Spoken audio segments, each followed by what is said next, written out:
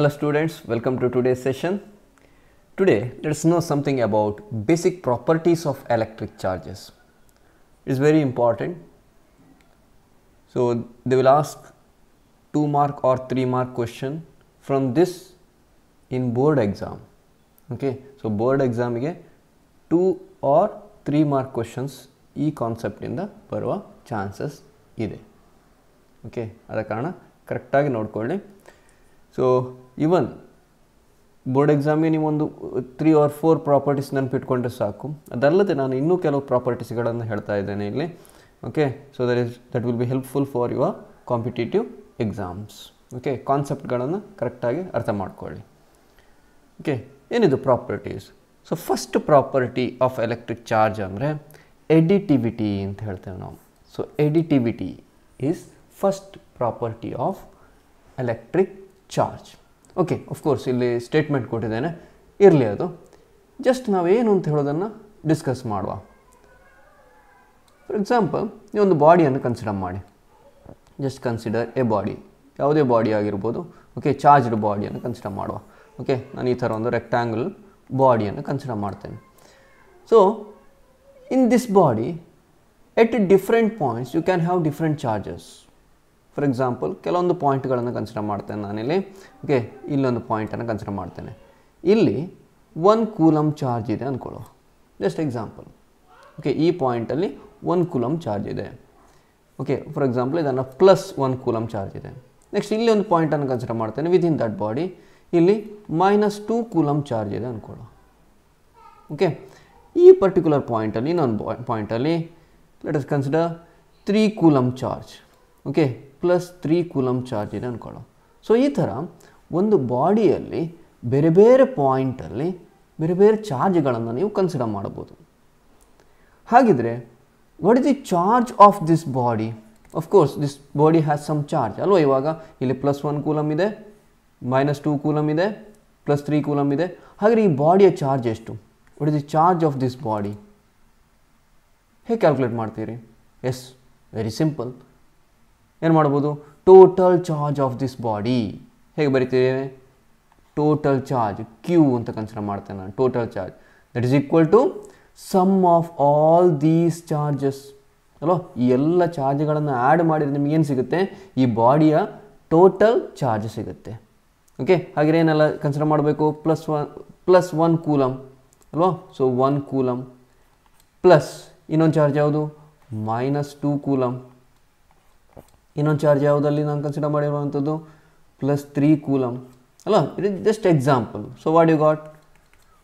1 -2 +3 ಎಷ್ಟಾಯಿತು? 4 - 2 ಹೇಳಿದರೆ 2. So 2 coulomb charge ಸಿಕ್ತು ನಮಗೆ. This is actually total charge of this body. So total charge of this body equal to ಏನು ಸಿಕ್ತು ನಿಮಗೆ? 2 coulomb. This is nothing but additivity. ಇದನ್ನು ನಾವು ಎಡಿಟಿವಿಟಿ ಆಫ್ ಚಾರ್ಜ್ ಅಂತ ಹೇಳ್ತೇವೆ. ಅಂದರೆ ಜನರಲೈಸ್ ಮಾಡ್ಬೋದಲ್ಲ. ಈಗ for example one more body if you consider. ಈಗ ನಾನು ಈ ಚಾರ್ಜ್ಗಳನ್ನು Q1, Q2, Q3 ಅಂತ ತಗೊಳ್ತೇನೆ ನಾನು. Okay, let us consider this one as Q1 and this one as Q2. Okay, Q2 and this one as Q3. ಹಾಗೆ total charge Q equal ಏನು ಬರಿಬೋದು ನಾವು? Q1 + Q2 + Q3 ಅಂತ ಬರೀಬೋದು. ಸೊ ಫಾರ್ 3 ಚಾರ್ಜಸ್ ಆಯಿತು. If there are n number of charges up to Qn, ಇದನ್ನೇ ನಾವು additivity ಅಂತ ಹೇಳುವಂಥದ್ದು. Okay, so total charge of a system is nothing but sum algebraic sum of individual charges at different points in that particular system or particular body. So ಯಾವುದೇ ಒಂದು ಬಾಡಿಯ total charge ಅಂದರೆ ಏನು? ಬೇರೆ ಬೇರೆ ಪಾಯಿಂಟಲ್ಲಿರುವ ಇಂಡಿವಿಜುವಲ್ ಚಾರ್ಜ್ಗಳನ್ನು ಆ್ಯಡ್ ಮಾಡಿದಾಗ ನಿಮಗೆ ಏನು ಸಿಗುತ್ತೆ? ಅದುವೇ total charge. So you can name this as total charge. Okay, total charge of system Q that is equal to Q1 + Q2 + Q3 + etcetera Qn. ಅದನ್ನು ನಾನಿಲ್ಲಿ ಸ್ಟೇಟ್ಮೆಂಟಲ್ಲಿ ಬರೆದಿರುವಂಥದ್ದು. ಜಸ್ಟ್ ಓದ್ಕೊಳ್ಳಿ ಇದನ್ನು. ಏನು? The total charge of a system is an algebraic sum of all individual charges located at different points inside that system. ಅದನ್ನು ನಾವು ಏನು ಹೇಳ್ತೇವೆ, ಅದನ್ನು ಎಡಿಟಿವಿಟಿ ಅಂತ ಹೇಳ್ತೇವೆ. Very simple. The name itself indicates additivity, adding ಅಂತ ಅಲ್ಲೋ. Hope this concept is clear. ಅರ್ಥ ಆಯ್ತಲ್ಲ ಇದು? ಜಸ್ಟ್ ನೋಟ್ ಮಾಡ್ಕೊಳ್ಳಿ ಇದನ್ನು. That is the first property. Next let us move on to second property. Yes, second property quantization ಅಂತ ಹೇಳ್ತೇವೆ ನಾವು. Okay, second property is nothing but quantization of electric charge. ಏನಿದು quantization ಹೇಳಿದರೆ ನೋಡಿ, ಬೇಸಿಕ್ ಚಾರ್ಜ್ ಅಂದರೆ ನಾವು ಚಾರ್ಜ್ ಆಫ್ ಎಲೆಕ್ಟ್ರಾನ್ ಅಥವಾ charge of ಪ್ರೋಟಾನನ್ನು ಕನ್ಸಿಡರ್ ಮಾಡುವಂಥದ್ದು. ಓಕೆ, ಇದು ನೋಡಿ ಒಂದು ಟರ್ಮ್ ಇದೆ, ಕ್ವಾಂಟಮ್ ಆಫ್ ಚಾರ್ಜ್ ಅಂತ. Quantum of charge, basic quantum of charge ಅಂದರೆ ಚಾರ್ಜ್ ಆಫ್ ಎಲೆಕ್ಟ್ರಾನ್ ಅಥವಾ charge of proton, generally charge of electron ಅನ್ನು ಹೇಳ್ತೇವೆ ನಾವು. Okay, so basic charge, basic unit charge, basic unit charge ಅಂದರೆ charge of electron ಅನ್ನು ಹೇಳುವಂಥದ್ದು ನಾವು. ಓಕೆ, ಅದೇ ನೀವು ಎಲೆಕ್ಟ್ರಾನ್ ಕನ್ಸಿಡರ್ ಮಾಡಿದರೆ charge will be negative, and if you consider that for proton charge will be same amount but it will be positive ಅಲ್ವಾ. ಹಾಗಿದ್ರೆ ಒಂದು ಬಾಡಿ ಚಾರ್ಜ್ಡ್ ಅಥವಾ ಎಲೆಕ್ಟ್ರಿಫೈಡ್, ನಾನು ಮೊನ್ನೆ ಹೇಳಿದ್ದೆ, ಲಾಸ್ಟ್ ವೀಡಿಯೋದಲ್ಲಿ ಹೇಳಿದ್ದೆ, ಯಾವಾಗ ನಾವು ಒಂದು ಬಾಡಿಯನ್ನು ಚಾರ್ಜ್ಡ್ ಬಾಡಿ ಅಂತ ಹೇಳ್ತೇವೆ, it must have more number of electrons compared to protons or more number of protons compared to electrons ಅಲ್ವಾ. Electron or excess of electron or deficiency of electron ಆ ಥರ ಇದ್ದಾಗ ಮಾತ್ರ ನಾವು ಒಂದು ಬಾಡಿಯನ್ನು ಎಲೆಕ್ಟ್ರಿಫೈಡ್ ಅಥವಾ ಚಾರ್ಜ್ಡ್ ಅಂತ ಹೇಳ್ತೇವೆ. ಹೇಳಿದರೆ ಫಾರ್ ಎಕ್ಸಾಂಪಲ್ ಒಂದು ಚಾರ್ಜ್ಡ್ ಬಾಡಿಯನ್ನು ಕನ್ಸಿಡರ್ ಮಾಡೋ, ಅದರಲ್ಲಿರುವ ಟೋಟಲ್ ಚಾರ್ಜ್, ಒಂದು ವೇಳೆ ಆ ಬಾಡಿಯಲ್ಲಿ ಒಂದು ಎಲೆಕ್ಟ್ರಾನ್ ಇದ್ದರೆ ನಾವು ಅದನ್ನು ಇ ಅಂತ ಬರಿಬೋದು, ಚಾರ್ಜನ್ನು ಇ ಅಂತ ಬರಿಬೋದು, ಟೋಟಲ್ ಚಾರ್ಜ್. ಒಂದು ವೇಳೆ ಆ ಬಾಡಿಯಲ್ಲಿ 2 ಎಲೆಕ್ಟ್ರಾನ್ ಇದೆ ಅಂತ ಹೇಳಿದರೆ ಅದನ್ನು ಟೋಟಲ್ ಚಾರ್ಜನ್ನು 2e ಅಂತ ಬರಿಬೋದು, e plus e. If you consider 3 electrons in a body, then you can write it as 3e ಅಲ್ವಾ. ಸೊ ಎಲೆಕ್ಟ್ರಾನ್ ಹೇಳಿದರೆ ಮೈನಸ್ಸಲ್ಲಿ ಬರಿಬೋದು ನಾವು, ಮೈನಸ್. ಅದೇ ಒಂದು ವೇಳೆ ಪ್ರೋಟಾನ್ ಇದ್ದರೆ yes you can consider plus ಅಲ್ಲೋ, ಒಂದು ಪ್ಲಸ್ ಒಂದು ಮೈನಸ್. ಹೇಳಿದ್ರೆ ನಾವು ಇದನ್ನು ಚಾರ್ಜನ್ನು plus or minus e, plus or minus 2e, plus or minus 3e, like this. If there are n electrons or n protons, we can write total charge as plus or minus n times e. ಇದನ್ನೇ ನಾವು ಹೇಳುವಂಥದ್ದು quantisation ಅಂತ. ಹೇಳಿರೇನು, you can have 1 electron, you can have 2 electrons or n electrons. ಹೇಳಿದರೆ n ಅಂತ ಹೇಳೋದನ್ನು ನಾವು integer ಅಂತ ಹೇಳ್ತೇವೆ, where n is known as integer. Integer n equal ಏನು ಬರಿತೇವೆ ನಾವು, ಇಂಟೀಜರ್ಸ್ 1 2 3 ಎಕ್ಸೆಟ್ರಾ ಅಲ್ವಾ. For example if you substitute n equal 1 substitute ಮಾಡಿದ್ರೆ ಏನು ಸಿಗುತ್ತೆ ನಿಮಗೆ, you will get this plus or minus e. If substitute n equal to 2 substitute ಮಾಡಿ in this equation, substitute n equal to 2, you will get this one. n equal to 3 substitute ಮಾಡಿದ್ರೆ you will get this one. So this is general equation hello. So q equal to plus or minus ne, where n equal to 1 2 3 etc. ಇದನ್ನೇ ನಾವು ಹೇಳುವಂಥದ್ದು quantisation ಅಂತ. Okay, ಹೇಳಿದರೆ ನಿಮಗೆ half electron ಅಂತ consider ಮಾಡಲಿಕ್ಕೆ ಸಾಧ್ಯ ಇಲ್ಲ. Okay, q equal to half e or q equal to 2/4e ಅಥವಾ 2/5 ಎನಿ ಈ ರೇಷಿಯೋಗಳನ್ನು, ಈ ಥರ ಫ್ರ್ಯಾಕ್ಷನಲ್ ವ್ಯಾಲ್ಯೂಗಳನ್ನು ಕನ್ಸಿಡರ್ ಮಾಡಲ್ಲ. ಓಕೆ, ಸೊ ಒಂದು ಎಲೆಕ್ಟ್ರಾನ್ ಇರಬೇಕು ಅಥವಾ 2 3, ಸೊ ಇಂಟೀಜರೇ ಆಗಿರಬೇಕು. ಸೊ ಹಾಫ್ 1/4 ಆ ಥರ ಎಲ್ಲ ಕನ್ಸಿಡರ್ ಮಾಡೋಕ್ಕೆ ಇಲ್ಲ. ಸೊ ಅದನ್ನು ನಾವು ಬೇಸಿಕ್ ಕ್ವಾಂಟಮ್ ಅಂತ ಹೇಳಲ್ಲ, ಕ್ವಾಂಟಮ್ ಆಫ್ ಚಾರ್ಜ್ ಅಂತ ಹೇಳಲ್ಲ. So basic quantum of charge means charge of electron ಆಗಿರಬೇಕು. ಓಕೆ, ಸೊ ಇವಾಗ ಈ ಥರ ಹೇಳಿದಾಗ ಒಂದು ಕ್ವಾರ್ಕ್ ಅಂತ ಒಂದು ಕೇಳಿರ್ಬೋದು ನೀವು. ಕ್ವಾರ್ಕ್ ಅಂತ ಒಂದು ಪಾರ್ಟಿಕಲ್ ಇದೆ. ಸೊ ಇದರ ಚಾರ್ಜ್ ಕನ್ಸಿಡರ್ ಮಾಡಿದರೆ ನಿಮಗೆ plus or minus 1 plus or minus 2/3e ಈ ಥರ ಎಲ್ಲ ಹೇಳ್ತಾರೆ. ಬಟ್ ಇದನ್ನು ನಾವು ಕ್ವಾಂಟಮ್ ಅಂತ ಕನ್ಸಿಡರ್ ಮಾಡಲ್ಲ. ಯಾಕೆ ಹೇಳಿದರೆ these are unstable. Okay, unstable, stability ಇಲ್ಲ, ಆದ ಕಾರಣ ಇದನ್ನು ಕ್ವಾಂಟಮ್ ಆಫ್ ಚಾರ್ಜ್ ಅಂತ ಹೇಳಲ್ಲ ನಾವು. ಸೊ ಕ್ವಾಂಟಮ್ ಆಫ್ ಚಾರ್ಜ್ ಅಂತ ಹೇಳಬೇಕಂದ್ರೆ ಬೇಸಿಕ್ ಕ್ವಾಂಟಮ್ ಆಫ್ ಚಾರ್ಜ್ ಅದು ಸ್ಟೇಬಲ್ ಆಗಿರಬೇಕು. ಸೊ ಎಲೆಕ್ಟ್ರಾನ್ಸ್, ಓಕೆ, ಎಲೆಕ್ಟ್ರಾನ್ಸ್ ಇದನ್ನು ನಾವು ಕ್ವಾಂಟಮ್ ಆಫ್ ಚಾರ್ಜ್ ಅಂತ ಹೇಳ್ತೇವೆ. ಸೊ ಇದನ್ನೇ ನಾವು ಕ್ವಾಂಟೈಸೇಷನ್ ಅನ್ನುವಂಥದ್ದು. ಬೇರೇನು, the total charge of a body, ನೋಡಿ ಇಲ್ಲಿದೆ statement.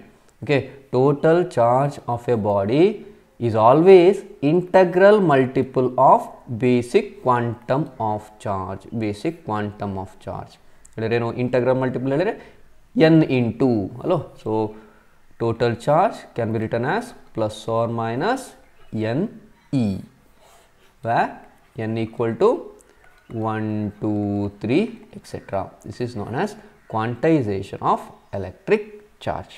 So very, very important concept. Hope it is clear. Okay. So second property ಏನಾಯಿತು, quantization. First property additivity ಹೇಳಿದ್ದೆ. So second property quantization. Okay. So ನಿಮ್ಮ NCERT ಟೆಕ್ಸ್ಟ್ ಬುಕ್ಕಲ್ಲೂ ಈ ಪ್ರಾಪರ್ಟಿಗಳು ಕೊಟ್ಟಿದ್ದಾರೆ. ನೆಕ್ಸ್ಟ್ ಇನ್ನೊಂದು ನಿಮಗೆ ಗೊತ್ತಿದೆ, ಬೇಸಿಕ್ ಪ್ರಾಪರ್ಟಿ ಏನಿದು, ಕನ್ಸರ್ವೇಷನ್ ಆಫ್ ಎಲೆಕ್ಟ್ರಿಕ್ ಚಾರ್ಜ್. ನೀವು ಕನ್ಸರ್ವೇಷನ್ ಆಫ್ ಎನರ್ಜಿ ಗೊತ್ತಿದೆಯಲ್ಲ, ಏನದು, energy neither be created nor be destroyed, but it can be transferred from one body to one form to another form, one form to another form. But ಇಲ್ಲಿ one form to another form ಅಂತಲ್ಲ, one body to another body ಅಂತ ಹೇಳ್ಬೋದು. Charges can be transferred. Okay, ಅದು ಇನ್ನೊಂದು property, electric ಚಾರ್ಜಿನ property, transferable ಅಂತ ಹೇಳ್ತೇವೆ. ಒಂದು ಬಾಡಿಯಿಂದ ಇನ್ನೊಂದು ಬಾಡಿಗೆ ಚಾರ್ಜ್ಗಳನ್ನು ಟ್ರಾನ್ಸ್ಫರ್ ಮಾಡ್ಬೋದು. ಓಕೆ, ಬಟ್ ಹೊಸ ಚಾರ್ಜನ್ನು ಕ್ರಿಯೇಟ್ ಮಾಡಲಿಕ್ಕೆ ಸಾಧ್ಯ ಇಲ್ಲ. ಓಕೆ, ಸೊ ಇಲ್ಲಿ ನೋಡಿ, conservation of charge, the total charge of an isolated system remains constant. Okay, so ಒಂದು ಐಸೋಲೇಟೆಡ್ ಸಿಸ್ಟಮ್, ಫಾರ್ ಎಕ್ಸಾಂಪಲ್ ಯಾವುದಾದ್ರು ಒಂದು ಬಾಡಿ ಕನ್ಸಿಡರ್ ಮಾಡಿ. ಓಕೆ, ಸೊ ನೆಕ್ಸ್ಟ್ ಹೇಳ್ತೇವೆ ನಾವು, ಫ್ರಿಕ್ಷನಲ್ ಎಲೆಕ್ಟ್ರಿಸಿಟಿ ಎಕ್ಸ್ಪ್ಲೇನ್ ಮಾಡಲಿಕ್ಕಿದೆ. ಓಕೆ, ಸೊ ಯಾವುದಾದ್ರು ಒಂದು ಬಾಡಿಯನ್ನು ಇನ್ನೊಂದು ಬಾಡಿ ಜೊತೆ ರಬ್ ಮಾಡಿದಾಗ, when you rub one body with another body, for example silk ಮತ್ತು ಇನ್ನೊಂದು ಯಾವುದಾದ್ರು ಮೆಟೀರಿಯಲನ್ನು ಕನ್ಸಿಡರ್ ಮಾಡಿ, ಪ್ಲಾಸ್ಟಿಕ್, ಈ ಥರ ರಬ್ ಮಾಡಿದಾಗ ಏನಾಗುತ್ತೆ, ಒಂದು ಬಾಡಿಯಿಂದ ಚಾರ್ಜ್ಗಳು ಇನ್ನೊಂದು ಬಾಡಿಗೆ ಟ್ರಾನ್ಸ್ಫರ್ ಆಗುತ್ತೆ. ಇಲ್ಲಿ ವರ್ಕ್ ಫಂಕ್ಷನ್ ಅಂತ ಹೇಳೋ ಒಂದು ಕಾನ್ಸೆಪ್ಟ್ ಇದೆ, ಅದೆಲ್ಲ ನಾವು ನೆಕ್ಸ್ಟ್ ಹೇಳ್ತೇನೆ ನಾನು. ಬಟ್ ಇಲ್ಲಿ ಈ ಎರಡು ಬಾಡಿಗಳನ್ನು ಜೊತೆಯಲ್ಲಿ ಕನ್ಸಿಡರ್ ಮಾಡಿರೋದನ್ನು ನಾವು ಐಸೋಲೇಟೆಡ್ ಸಿಸ್ಟಮ್ ಅಂತ ಹೇಳ್ಬೋದು. Isolated system. ಸೊ ಇಲ್ಲೇನಾಗುತ್ತೆ, ಒಂದು ಬಾಡಿಯಿಂದ ಚಾರ್ಜ್ ಇನ್ನೊಂದು ಬಾಡಿಗೆ ಟ್ರಾನ್ಸ್ಫರ್ ಆಗ್ಬೋದು, ಅಥವಾ ಈ ಬಾಡಿಯಿಂದ ಚಾರ್ಜ್ ಈ ಬಾಡಿಗೆ ಟ್ರಾನ್ಸ್ಫರ್ ಆಗ್ಬೋದು. ಬಟ್ ಈ ಸಿಸ್ಟಮಲ್ಲಿ ಟೋಟಲ್ ಚಾರ್ಜ್ ಏನಿದೆ, charge on this plus charge on this, if you add these two charges that always remains constant. ಅದನ್ನು ನಾವು ಹೇಳುವಂಥದ್ದು ಕನ್ಸರ್ವೇಷನ್ ಆಫ್ ಎಲೆಕ್ಟ್ರಿಕ್ ಚಾರ್ಜ್ ಅಂತ. ಓಕೆ, ನೆಕ್ಸ್ಟ್ ನಾವು ಅದು ಎಕ್ಸಾಂಪಲ್ ತಗೊಳ್ಳುವಾಗ ಕ್ಲಿಯರ್ ಆಗುತ್ತೆ. ಬಟ್ ಈಗ ಜಸ್ಟ್ ನೆನ್ಪಿಟ್ಕೊಳ್ಳಿ, third property is conservation of electric charges. Okay, yes. Next one more property, ಇದು ಕೂಡ ನಿಮಗೆ ಗೊತ್ತಿರುವಂಥದ್ದೇ, ಏನು, ಮ್ಯಾಗ್ನೆಟ್ಸಲ್ಲೆಲ್ಲ ಕಲ್ತಿರ್ತೀರಿ, like poles repel, unlike poles attract. ಅದೇ ರೀತಿಯಲ್ಲಿ ಇಲ್ಲಿ ಕೂಡ ಹಾಗೆ, like charges repel and unlike charges attract. ಹೇಳಿರೋ ಒಂದು ಪಾಸಿಟಿವ್ ಚಾರ್ಜ್ ನಾನು ಆಲ್ರೆಡಿ ಎಕ್ಸ್ಪ್ಲೇನ್ ಮಾಡಿದ್ದೆ ಇದನ್ನು ನಿಮಗೆ ಅಲ್ವಾ. ಸೊ ಪ್ರೋಟಾನ್ ತಗೊಂಡ್ರೆ ಏನಾಗುತ್ತೆ, there will be a repulsive force ಹೇಳಿದ್ರೆ they repel each other. Similarly if you consider one electron with another electron, they also repel each other. So ಇದೆಲ್ಲ like charges similar charges ಅಲ್ವಾ, polarity same ಇದೆ. Unlike ಹೇಳಿದ್ರೆ ಏನಾಯಿತು, ಒಂದು positive charge, ಒಂದು proton, ಒಂದು electron, ಇದೇನಾಗುತ್ತೆ, ದೇ ಅಟ್ರಾಕ್ಟ್ ಅಲ್ವಾ. ಅದೇ ಒಂದು ಎಲೆಕ್ಟ್ರಾನ್, ಒಂದು proton, again they attract. These are unlike charges. That means unlike charges attract with each other and like charges repel with each other. Very simple concept. Okay, I hope no more explanation is required for that. Next, fifth property, that is they are relativistically invariant. ಏನಿದು ರಿಲೇಟಿವಿಸ್ಟಿಕಲಿ ಇನ್ವೇರಿಯಂಟ್ ಅಂದರೆ ಹೇಳಿದರೆ, if charge is moved, ನೋಡಿ ಇಲ್ಲಿ ಕೊಟ್ಟಿದ್ದೇನೆ, charge on A body does not change what ever may be the speed of the body. Okay, so ಇವಾಗ ಒಂದು body ಇದೆ, okay, ಇದರಲ್ಲಿ ಒಂದು ಸಮ್ ಅಮೌಂಟ್ ಆಫ್ ಚಾರ್ಜ್ ಇದೆ ಅಂದ್ಕೊಳ್ಳಿ. When velocity of the body is 0, charge is q. Again if same body is moving with some velocity, if it is moving with some velocity, even then the charge remains same. ಹೇಳಿದ್ರೆ speed of the body change ಆದರೂ charge change ಆಗಲ್ಲ. Okay, ಅದನ್ನೇ ನಾವು ರಿಲೇಟಿವಿಸ್ಟಿಕಲಿ ಇನ್ವೇರಿಯಂಟ್ ಅಂತ ಹೇಳಿ. Charge remains same. Even ಇದೀಗ accelerate ಆಗ್ತಾ ಇದೆ ಅಂತ ಆದರೂ ಅದಕ್ಕೆ ರಿಲೇಟೆಡ್ ಆದ ಕೆಲವು ಏನು ಕಾನ್ಸೆಪ್ಟ್ಗಳನ್ನು ಹೇಳಲಿಕ್ಕಿದೆ ನಮಗೆ. ಬಟ್ ಇವಾಗ ಈಗ ಸಿಂಪಲ್ ಆಗಿ ಇಷ್ಟು ನೆನಪಿಟ್ಕೊಳ್ಳಿ, if even though the body moves, the charge on the body won't change. Right? Charge on the body is independent of its motion anta helbodu. Okay, or independent of the speed of the body. It is always constant, even if it is at rest or even if it is moving. Hope it is clear. Okay, next one more property. ಏನಿದು? Associated with mass. ಇವಾಗ ನೋಡಿ, ಒಂದು electron consider ಮಾಡಿದರೆ ಅದಕ್ಕೆ ಮಾಸು ಇದೆ, charge ಇದೆ ಅಲ್ವಾ? Electron if you consider that has mass, also it has charge. ಅದೇ ಒಂದು ನ್ಯೂಟ್ರಾನ್ ಕನ್ಸಿಡರ್ ಮಾಡಿ. ನ್ಯೂಟ್ರಾನ್ ಕನ್ಸಿಡರ್ ಮಾಡಿದಾಗ ಆಫ್ಕೋರ್ಸ್ ಮಾಸ್ ಇದೆ ಅಲ್ವಾ? What about charge? No charge ಅಂತ ಹೇಳ್ತೇವೆ. ಇದನ್ನು ನಾವು ಹೇಳುವಂಥದ್ದು ಅಸೋಸಿಯೇಟೆಡ್ ವಿತ್ ಮಾಸ್ ಅಂತ ಹೇಳಿದರೆ, ಒಂದು ಚಾರ್ಜಿಗೆ ಮಾಸ್ ಇರುತ್ತೆ, ಬಟ್ ಮಾಸಿಗೆ ಚಾರ್ಜ್ ಇರಬೇಕು ಅಂತ ಇಲ್ಲ. Okay, if there is some charge, that charge must have some mass, but it is not necessary that a mass must have charge. ಯಾಕೆ ಇಲ್ಲಿ ನೋಡಿ, this neutron it has mass but like mass charge ಇಲ್ಲ ಅಲ್ಲ? ಎಲೆಕ್ಟ್ರಾನಿಗೆ charge ಇದೆ, charge ಇದ್ದರೆ mass ಇರಲೇಬೇಕು. Okay, ಅದನ್ನೇ ನಾವು associated with mass. Charge is associated with mass, ಅಥವಾ charge always has some mass. But ಅದೇ ಮಾಸಿಗೆ ಚಾರ್ಜ್ ಇರಬೇಕಾಗಿಲ್ಲ. ಅದನ್ನು ಒಂದು ನೆನಪಿಟ್ಕೊಳ್ಳಿ. Okay, so that is 6th property ಅಂತ ಹೇಳ್ತೇವೆ ನಾವು, ಅಸೋಸಿಯೇಟೆಡ್ ವಿತ್ ಮಾಸ್. ಇನ್ನೊಂದು ನಾನು ಆಗಲೇ ಹೇಳಿದೆ, when you rub one body with another body ಏನಾಗುತ್ತೆ? Charges transferred, electrons get transferred from one body to another body. Okay, so that means it can be transferable. ಒಂದು ಬಾಡಿಯಿಂದ ಇನ್ನೊಂದು ಬಾಡಿಗೆ ಚಾರ್ಜನ್ನು ಟ್ರಾನ್ಸ್ಫರ್ ಮಾಡ್ಬೋದು. ಓಕೆ, ಸೊ ಬೇಸಿಕ್ ಇದರ ಮೇಲೆ ಇನ್ನೊಂದು ಕ್ವಶನ್ ಕೇಳ್ಬೋದು, 1 ಮಾರ್ಕ್ ಕ್ವಶನ್ ಕೇಳ್ತಾರೆ. What is basic process during charging ಅಂತ. What is basic process during charging? Basic process during charging. This is nothing but transfer of electrons. ಇದನ್ನು ನೆನ್ಪಿಟ್ಕೊಳ್ಳಿ.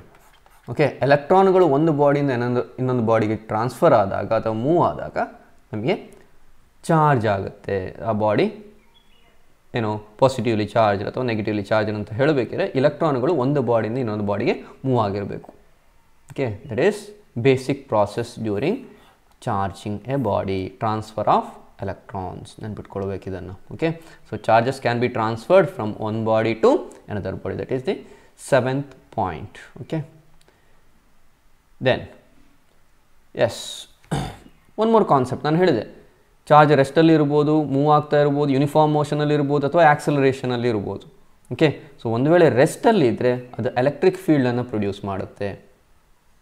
ಅದರ ಬಗ್ಗೆ ಡೀಟೇಲ್ ಆಗಿ ನಾವು ಇದೇ ಚಾಪ್ಟರಲ್ಲಿ ಡಿಸ್ಕಸ್ ಮಾಡಲಿಕ್ಕಿದೆ. Okay, but if a charge is at rest then that will produce electric field. Okay, ಒಂದು ಚಾರ್ಜ್ ಇದೆ ಅಂದ್ಕೊಳ್ಳಿ, ಪಾಸಿಟಿವ್ ಚಾರ್ಜ್ ಅಂತ ಅಂದ್ಕೊಳ್ಳುವ. ಓಕೆ, ವೆಲಾಸಿಟಿ 0 ಅಂತ ಆದರೆ ಎಲೆಕ್ಟ್ರಿಕ್ ಫೀಲ್ಡನ್ನು ಪ್ರೊಡ್ಯೂಸ್ ಮಾಡುತ್ತೆ. If it is moving with some uniform velocity uniform ವೆಲಾಸಿಟಿಯಲ್ಲಿ ಹೋಗ್ತಾ ಇದೆ ಅಂತ ಹೇಳಿದರೆ ಅದು ಎಲೆಕ್ಟ್ರಿಕ್ ಫೀಲ್ಡ್ ಮತ್ತು ಮ್ಯಾಗ್ನೆಟಿಕ್ ಫೀಲ್ಡ್ ಎರಡನ್ನೂ ಪ್ರೊಡ್ಯೂಸ್ ಮಾಡುತ್ತೆ. ಅದೇ ಒಂದು ವೇಳೆ ಅದು ಆಕ್ಸಲರೇಟ್ ಆಗ್ತಾ ಇದೆ, accelerating means that is its velocity goes on increasing.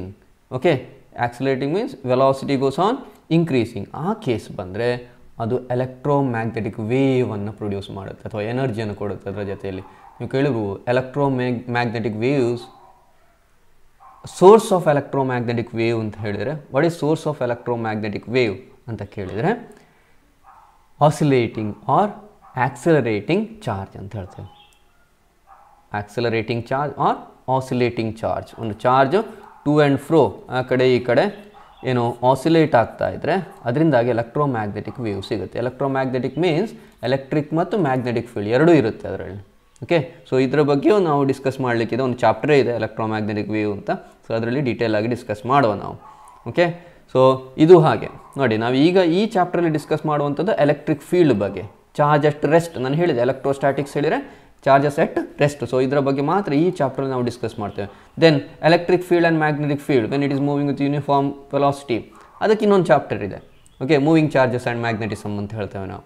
So ಒಂದು ಚಾರ್ಜ್ ಮೂವ್ ಆದಾಗ ಏನಾಗುತ್ತೆ, ಎಲೆಕ್ಟ್ರಿಕ್ ಫೀಲ್ಡ್ ಇದೆ, ಮ್ಯಾಗ್ನೆಟಿಕ್ ಫೀಲ್ಡ್ ಇದೆ. ಸೊ ಅದು ಆ ಚಾಪ್ಟ್ರಲ್ಲಿ ಡಿಸ್ಕಸ್ ಮಾಡುವ ನಾವು ಡೀಟೇಲ್ ಆಗಿ. And last one electromagnetic waves ಚಾಪ್ಟ್ರಲ್ಲಿ ಡಿಸ್ಕಸ್ ಮಾಡುವ. ಬಟ್ ಇವಾಗ ಸದ್ಯದ ಮಟ್ಟಿಗೆ ನಾವು ಕನ್ಸಿಡರ್ ಮಾಡುವಂಥದ್ದು ಎಟ್ ರೆಸ್ಟ್. ಬಟ್ ಇದು ಮೂರು ಕಾನ್ಸೆಪ್ಟ್ಗಳು ಗೊತ್ತಿರಲಿ. ರೆಸ್ಟಲ್ಲಿದ್ದಾಗ ಏನಾಗುತ್ತೆ, ಯೂನಿಫಾರ್ಮ್ ಮೋಷನಲ್ಲಿ ಏನಾಗುತ್ತೆ, ಮತ್ತು ಆಕ್ಸಿಲರೇಟ್ ಆದಾಗ ಏನಾಗುತ್ತೆ.